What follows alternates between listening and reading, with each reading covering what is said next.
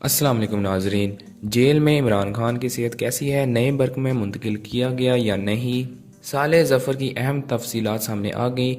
उन्होंने अपनी रिपोर्ट में लिखा है कि इमरान खान को नए बर्क में मुंतकिल नहीं किया गया, बल्कि वो बदस्तूर अपनी जगह पर रह रहे हैं। अडियाला जेल के सुप्रीडेंट गफूर अंजम ने जंग न्यूज़ से खसूसी गुफ्तगू में बताया कि उन्हें सहूलतें दस्तियाब हैं। अडियाला में आराम व आराइश के बारे में उन्होंने कभी कोई शिकायत नहीं की।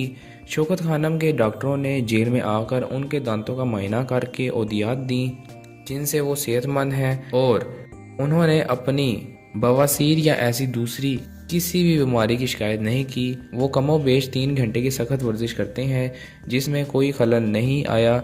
जबकि दूसरी जानिब उन्होंने कहा है कि हर कैदी के साथ उसने सलूक का मुजाहरा करें। इमरान खान को कैद तन्हाई में रखने और सेहत के बारे में अफवाहें सरासर झूठ हैं। मुलाकातें खुलेंगी तो ये झूठ साबित हो जाएगा। अगर आपको हमारी वीडियो अच्छी लगी हो तो लाइक और सब्सक्राइब ज़रूर करें और बेल आइकन को ज़रूर प्रेस करें, ताकि आपको आने वाली हमारी हर वीडियो की नोटिफिकेशन सबसे पहले पहुंचे।